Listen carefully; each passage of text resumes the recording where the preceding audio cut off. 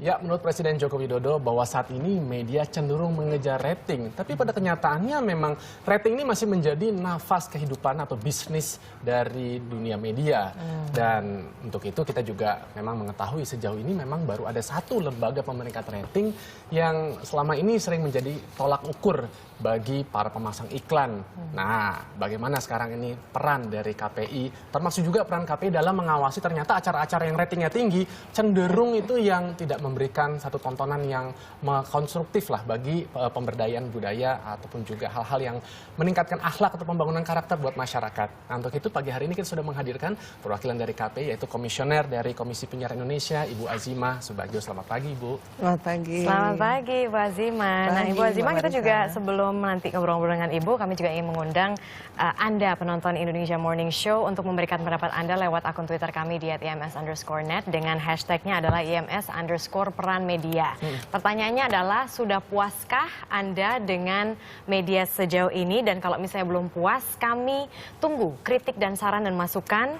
Misalnya kalau misalnya ada pujian juga boleh. Jadi kita tujuannya adalah tahu sebetulnya apa yang diinginkan oleh masyarakat yang masyarakat tidak miliki sekarang dari media-media di Indonesia secara general. Nah, kembali lagi ke pernyataan dari Presiden Republik Indonesia Joko Widodo yang mengatakan bahwa sekarang media itu kok kayaknya lebih mementingkan rating dan rating itu. Tapi bagaimana dengan kualitas? Nah, bagaimana Anda, Ibu Azimah, sebelum melihat media sekarang tuh seperti apa sih?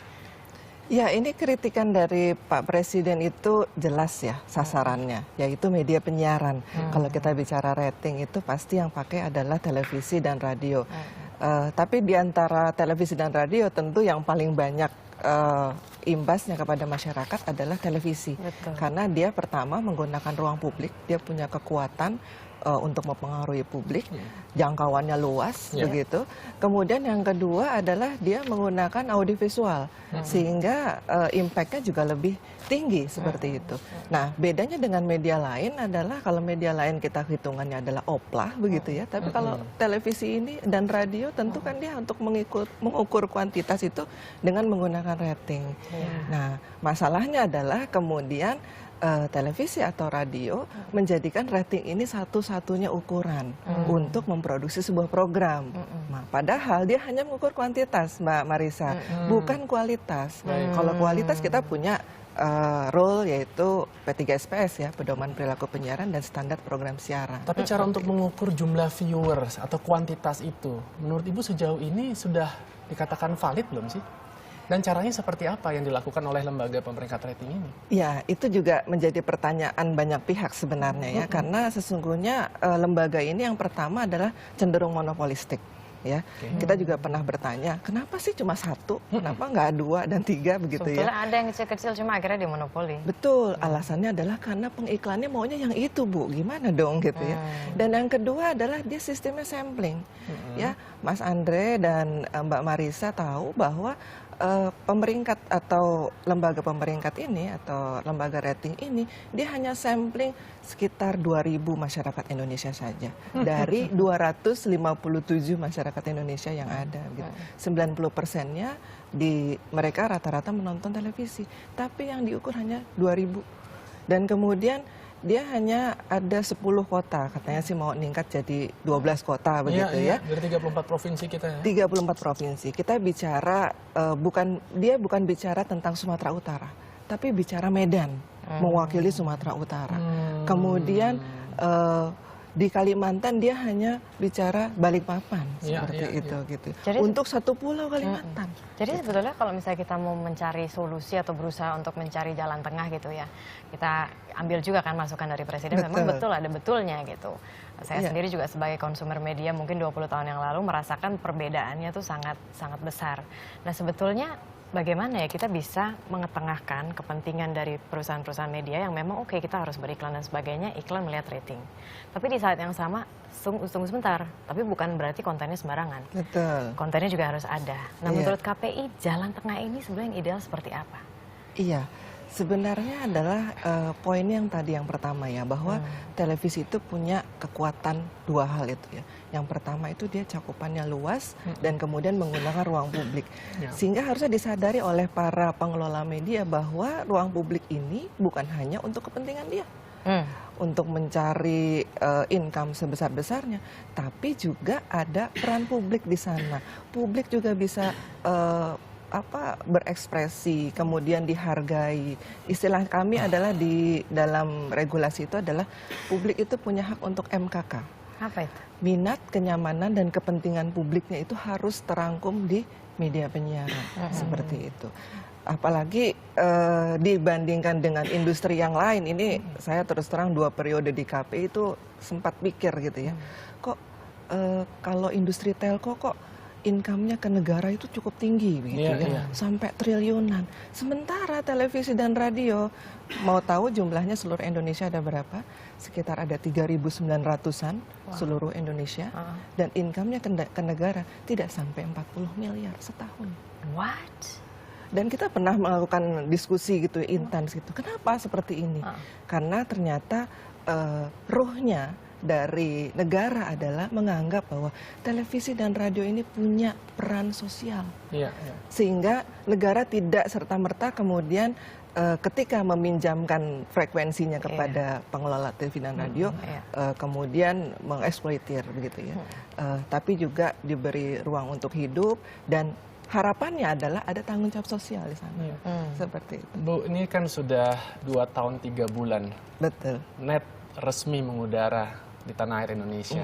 Tanggapan Ibu terhadap acara-acara yang NET sajikan kepada pemirsa sejauh ini bagaimana?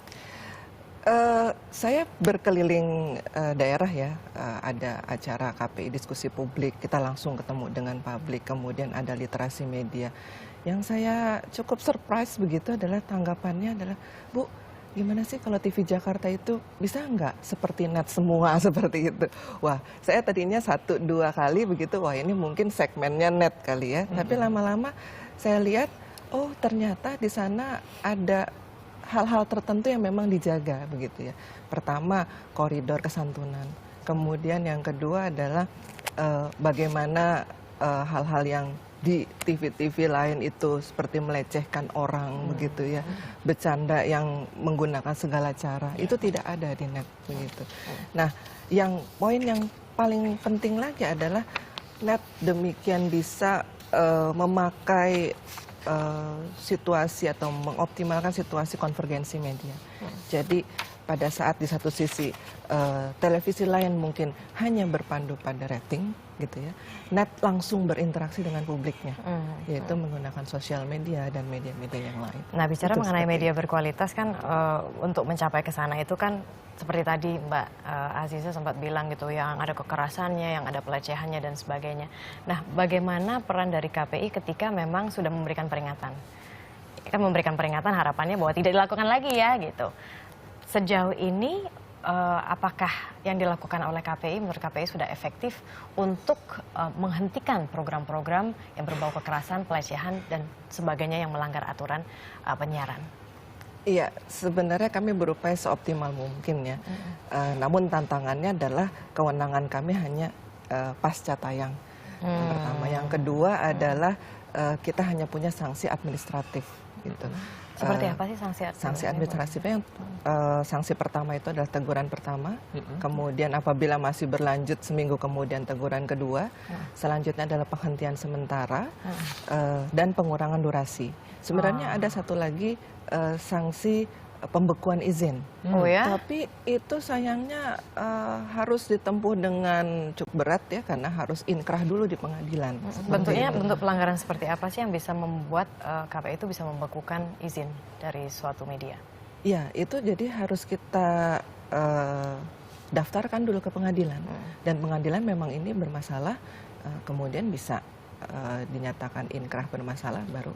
Nah, biasanya itu kan? Biasanya ya tentunya isi siaran yang menghasut, kemudian eksploitasi seks begitu ya, sadisme, sebenarnya seperti itu. Kalau sanksi terhadap media yang mungkin seringkali berspekulasi terhadap informasi mungkin yang sebenarnya belum valid gitu, adakah itu, Bu? Oh ada. Sepanjang saya ada di KPI, kita bahkan sampai juga berurusan dengan pengadilan seperti Contohnya itu ya. apa waktu itu, Mbak? Contohnya waktu itu ada kejadian di Yogyakarta ada Gunung Merapi meletus. Ya. Kemudian ada sebuah acara infotainment mengatakan berita hoax lah sebenarnya ya. Jadi konon menurut kabarnya gitu ya, tidak jelas narasumbernya bahwa 2 hari lagi akan ada letusan mahadahsyat sampai nanti laharnya 60 kilo. Mas Andrean tahu gitu kan, jarak dari Merapi sampai ke pinggir pantai selatan Yogyakarta itu hanya 50 kilo. Jadi ketika 60 kilo itu betapa panik masyarakat. Ada yang tadinya sehat-sehat aja, mendengar itu panik, lari ke jalan, ketabrak mobil, meninggal. Seperti itu. Nah, kami keras. Aduan masyarakat hari itu langsung 1000 untuk tayangan itu. Kemudian kami hentikan dengan batasan dihentikan sementara sampai pemerintah menyatakan status siaga dicabut. Apa yang terjadi Mas Andrian? Kami yang digugat ke PT UN. Seperti itu. Terus hasilnya gimana tuh? Hasilnya Akhirnya? Alhamdulillah setelah kita banding ke MA kita menang gitu. Ini kemenangan publik juga begitu ya. Dan ini juga jadi pelajaran buat kita semua. Sampai kita juga sebenarnya mengadukannya ke pidana. Harapannya agar bisa masuk ke pengadilan dan kemudian inkrah, izinnya dibekukan dan sebagainya. Tapi sayangnya mafia hukum kita lebih kuat ya. Jadi kasus itu kemudian di SP3. Oke. Nah, kalau bicara mengenai media, salah satu yang menarik adalah kepemilikan media. Apakah itu oleh perseorangan melalui sebuah perusahaan atau terafiliasi dengan partai politik tertentu. Apa tanggapan KPI mengenai hal ini? Kami pemilu kemarin itu sampai merekomendasikan 2 TV berita kepada kementerian untuk dicabut izinnya. Karena berkali-kali sanksi administratif kami itu tidak diindahkan, gitu ya. Tayangan-tayangan yang kemudian isinya muatan politis ya, pemiliknya atau afiliasinya itu muncul dalam berbagai bentuk. Apakah itu insert berita, kemudian iklan, talk show, dan sebagainya seperti itu. Masyarakat juga ada geram sampai hampir terpecah kan seperti itu. Benar. Akhirnya kami putuskan sampai kami rekomendasikan ke menteri. Kemudian? Tanggapan dari Kemenkominfo pada saat itu? Tanggapan dari Kementerian Kominfo mulai lagi dari awal memberikan teguran pertama seperti itu, sayangnya begitu. Tapi jadi koordinasi antara KPI dan Kemenkominfo kurang sejalan begitu ya? Sebenarnya sih mulai 2013 kita sudah semakin kuat ya koordinasinya. Kita sudah punya MOU, ada perjanjian kerjasama dan kita ada tim wasdal. Dan alhamdulillah dengan Pak Menteri yang sekarang, kita sekarang sedang memproses untuk perpanjangan 10 televisi yang berjaringan dari Jakarta, ya, yang existing seperti itu di 2016 nanti dan kita mulai dari sekarang. Alhamdulillah kita cukup intens dan saya sangat mendukung sekali apa yang tadi Mbak Marisa sampaikan di sosial media. Mohon juga beri masukan kepada kami karena nanti kami akan membuat rapot. Betul, ini ada masukannya di sini, Bu Azima. Mungkin kita baca dulu ya beberapa di antaranya. Oke, yang pertama dari Faris Hashim, media harusnya sebagai pusat informasi dan pengetahuan global, tapi pada nyatanya media dipakai sebagai alat politik, kurang mendidik. Ada juga Johan Ashari yang mengatakan setuju beberapa stasiun TV bersikap objektif supaya bisa mendongkrak rating dan menguntungkan kelompok tertentu. Sementara ada Dido Samudra yang mengatakan setuju cuma mengejar rating, kurang adanya pemberitaan membangun, sering menyudutkan dan provokator yang kurang baik. Oke, nah ini adalah beberapa suara dari masyarakat, kami tunggu terus karena ini menjadi catatan ya bagi kita semua sebagai media dan juga sebagai masyarakat untuk sama-sama membangun. Ada lagi Adrian? Baik, itu tadi pertanyaan dari Marisa sepertinya menarik yang belum terjawab. Bagaimana KPI ini melihat tadi dominasi dari kepemilikan media yang mungkin tadi diatasnamakan oleh perusahaan, tapi sebenarnya memiliki banyak sekali stasiun-stasiun televisi seperti itu. Dominasi media lah. Iya, memang kalau diperas ya, pemilik media kita di Indonesia ini cuma ada 13 grup ya, bisa dibilang seperti itu. Dan khusus untuk televisi ini juga ada grouping-grouping tertentu.